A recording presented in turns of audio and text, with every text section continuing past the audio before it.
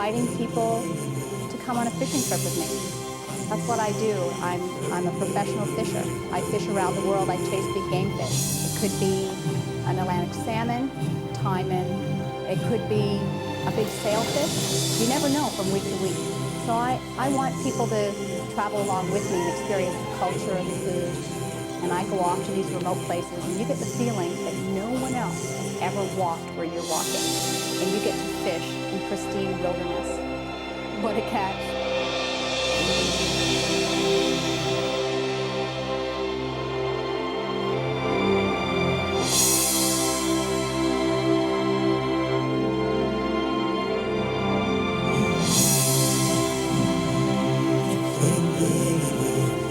Welcome to Norway.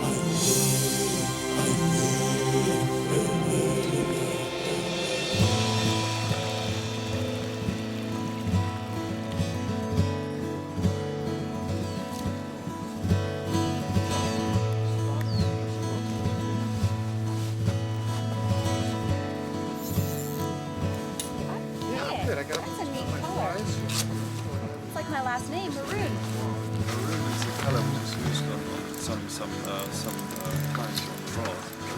From harvest, for example. It's a very nice color. And the rods are looking very distinguished, very nice. I'm taking a time out from the World Recreational Fishing Conference, where I'm a keynote speaker, to do some recreation of my own. I didn't have any trouble finding a fishing buddy today, if only the fish were as plentiful. Can you believe we're fishing in Norway? Check us out. Well, you're fishing. I'm guiding, apparently. That's right. That's right. I'm fishing your water. That's okay. This is a very famous river, and it's unbelievable. I mean, you just read about these rivers. I mean, this is where it all started. I love it, you know, and if we What do you love about it? Well, I love it that this is where it all started. I love it that this is kind of the motherland for Atlantic salmon. I love that all the others... the English are going to be upset with that. Well, that's right. I better qualify that. Let me just say Northern Europe is the homeland for it. But all the steelhead fishing and salmon fishing we do out west started here. This is kind of where it all started. And so now it's kind of coming full circle. And it seems like it is a healthy fishery here. What are they doing right, do you think? Well, that's what's really cool. I didn't expect that. I just thought it was all doom and gloom with Atlantic salmon, you know, and it is. I mean, southern Norway was just wiped out with acid rain, but they've seemed to have gotten a handle on that, and some of the rivers they've actually protected. They've reduced the acid rain. They're not screwing around with hatcheries too badly. On this river, downstream, thanks to Ori Vigfusson and his organization, they bought out the commercial salmon nets. And it has made a difference. Greetings to all the fishermen in North America and elsewhere in the world.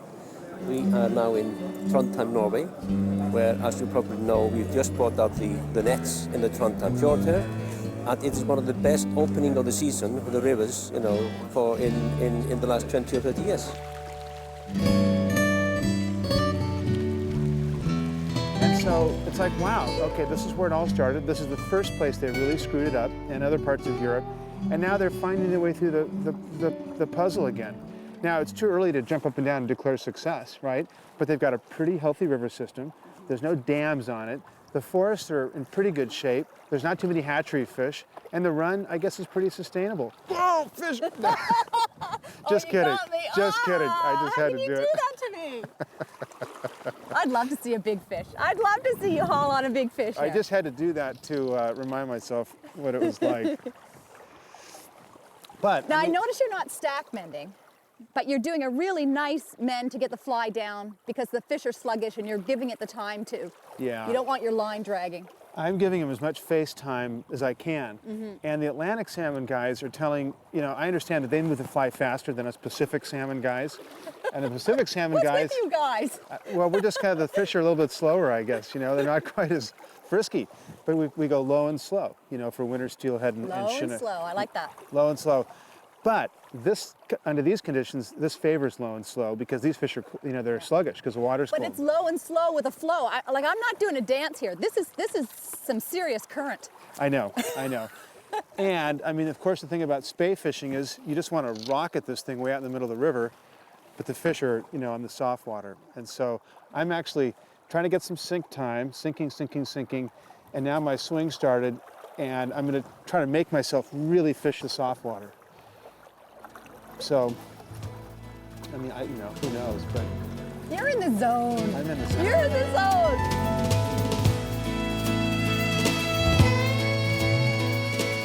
So what are the issues? What are you battling? Well, with Pacific salmon, there are a lot of the same issues with Atlantic salmon. We call it the 4 H's: habitat, harvest, hydro, and hatcheries. So the first thing we did is we logged the daylights out of our forests, and we built dams everywhere. We hammered the habitat, and then we built fish hatcheries just to replace those lost fish. So instead of protecting the habitat, we decided to make it really expensive and challenging by building all these hatcheries. Well, I was hearing at the conference that we should try to get back to letting the rivers do what the rivers have done forever and harvest the rivers. Try to bring the rivers back. Exactly. I mean, the best So hatchery. do you believe in that? Is that what you're? Yeah. Totally. The river is the best hatchery. The river is the best hatchery. We asked some of the scientists that help us in NASCO to look at the whole question of stock rebuilding. And even in a situation where a stock is not under huge pressure, you're looking at a timescale of between 10 and 50 years to try and rebuild that stock. But again, the timescales involved in these transboundary migratory fish are very, very large.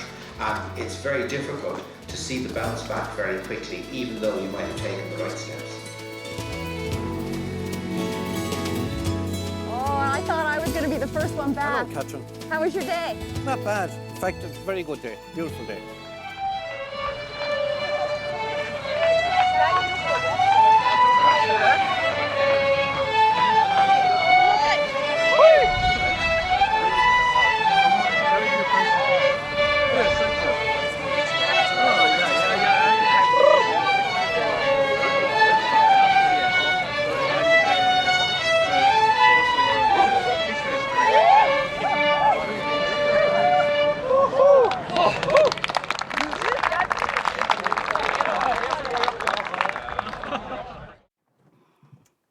Hello, Fred. Kathryn! Look at your keyboard. Oh, this- Teetering on papers. What project are you working on? This is a filing system, and that's about 20 different projects right in there right now. Well, I just had some questions about the fish, and I thought you were the person that could answer them. The life cycle of the Atlantic salmon begins with the egg, which is deposited in a nest in fresh water down in the gravel, and the survival of the egg is utterly dependent on how good the female was at building that egg and how much ice and other stochastic environmental variation occurs during the winter. If these eggs survive the winter incubation period, what they do is they hatch out of the eggs and become what's called an alevin. You can still see the yolk sac attached to that particular little fish right there, and it will spend about a month absorbing it, at which point it will pop up out of the gravel and begin the next phase of its life. Once the egg sac is gone, they pop up out of the gravel and become what we term a fry. And they begin to find little rocks, stake out territories, and get into the serious business of feeding. So if he survives, it grows through a variety of phases in the river called a par, and that is staking out territories, feeding, until it gets to the phase that it's ready to head to the ocean, big enough to do that. And then it transforms into a smoke, changes its body color, and becomes this fish that looks like a mini adult salmon, dark back, light underside, silver mirror on the side. That is a fish that's adapted to living in the pelagic zone of the ocean. Now, the adult salmon, pictured here, is then 1, 2, sometimes as many as 5 years out in the ocean before it comes back for spawning. So, having reached the size and the maturity status that brings it back to the rivers, it's going to head for home, will migrate from wherever it is out there in that ocean, sometimes taking months to get there, but will come back to its home river and restart the cycle with the eggs. As the fish come into fresh water, they begin to change their color pattern, which is no longer concealing them. They have to get dark and brown to match into the river bottoms and the brown river water that we find in many, many river systems. The males begin a severe competition for access to mates. And in order to carry that competition out, they need a fighting tool, a weapon. And the weapon is the kite, which you see developed right in here. That develops up, there are big teeth that come in there, and they use it to bash each other to pieces with the winners take all.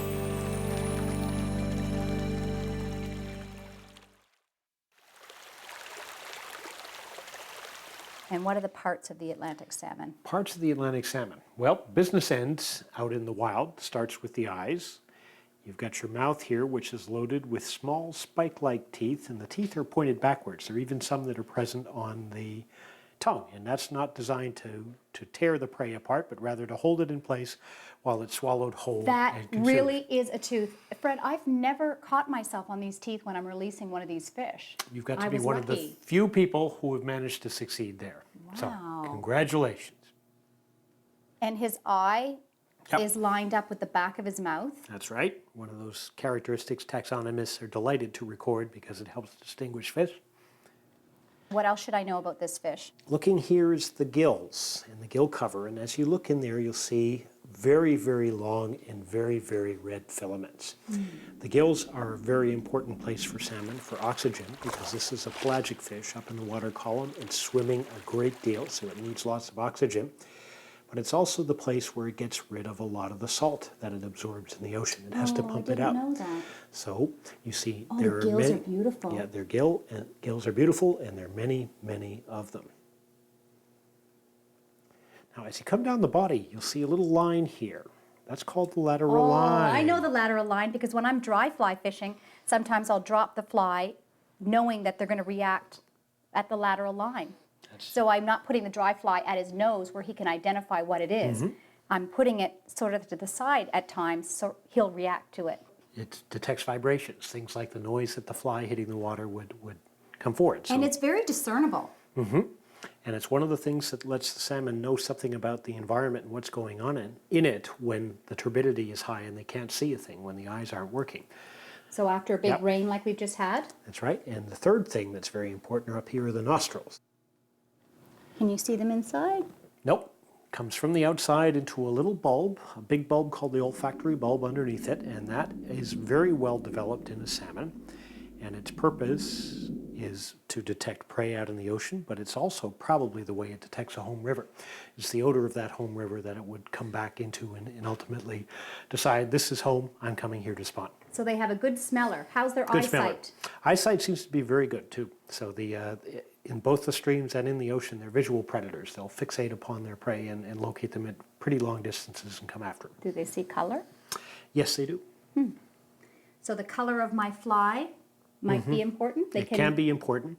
But the thing you have to remember about water is water's like a filter for one of your cameras. And the deeper you go, it's taking out more wavelengths of light. So you actually come into a monochromatic world where you really see contrast. You're not seeing colors per se as you get deeper and deeper. So color So may you not can be use as a important. dark black Yeah. silhouette fly. That's right. Okay. You're looking at the fin there. That's the dorsal fin. That's really important. As the fish is swimming through the water this way, it keeps it from moving one direction or the other. It acts like a tail on an airplane.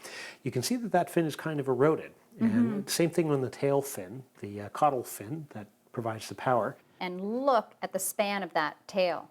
You betcha. A lot of area to thrash that water and move that fish forward. And all of these muscles that run all the way down the body here are designed to power that tail and to give you the beat. So if he doesn't have a kite, how can you tell if it's a male or female? The scientist would have to kill it and open it up and look inside and look at the nutty bits. Okay. Well, I just thought I'd ask, you Yes. know. Sometimes it's the color of something. You know, when they change color in the fall, does the male fish have a different coloring than the female, or is it always just the kite that tells us? Actually, yes. Both of them will darken up, and the males tend to go a more red-brown color. And there are a couple of things that drive this. They're darkening up to adapt to a dark river in the autumn time. So that's an anti-predator response. But there's also a choice in the mating problem here, and that females like certain colors, and those who develop more of that particular color have more success at the spawning I'm partial ground. to maroon myself. Well, really. Maroon is very nice. Has nothing to do with your name, of course. But anyway,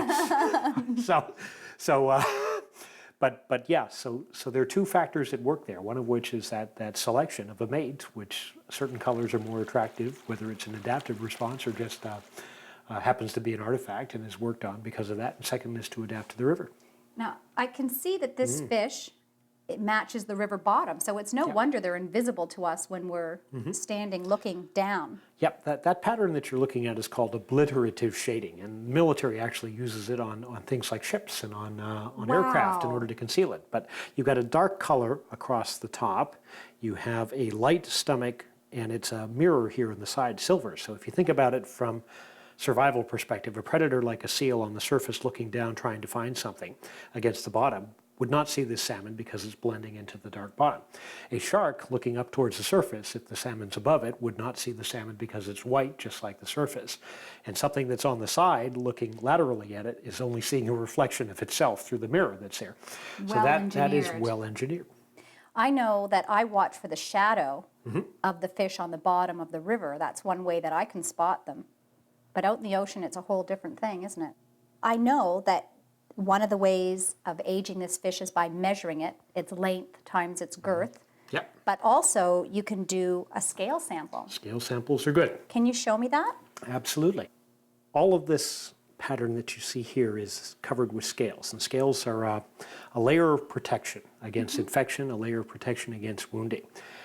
They grow as bony structures where rings are added, just like the rings on a tree, except it's not just one ring per year. What happens is there are many rings in any given year. And during the winter time, when food is poor, those rings get very close together. And when the food is abundant, the rings get far apart. So every time you see the rings converging, you know that that's a winter period, and you can tell how many winters, in essence, this fish has survived.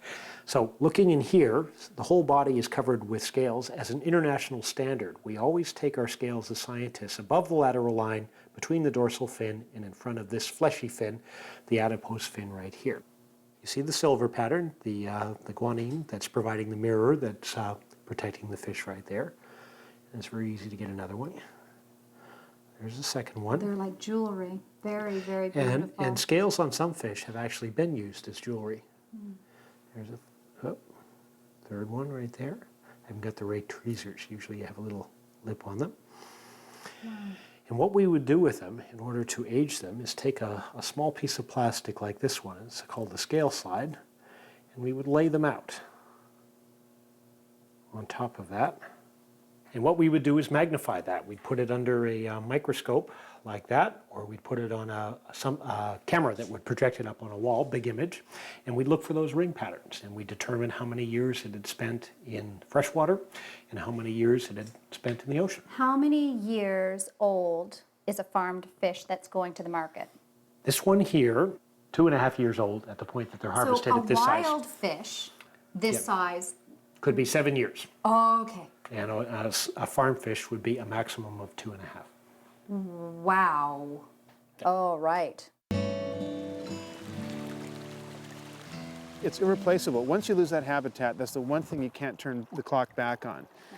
So the question is, where can we protect that habitat? And you know, we have a chance. I mean, the region's population is doubling in the Pacific Northwest, doubling every 40 years. So we don't have a lot of time to work with.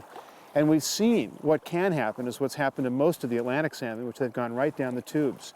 So we've got a window of time to really protect some of these rivers for ourselves, but it's really for our grandkids and their children. And if you think about your planning horizon is 100 years or more, you think differently about the issues. And you think, okay, what's going to happen over the long term?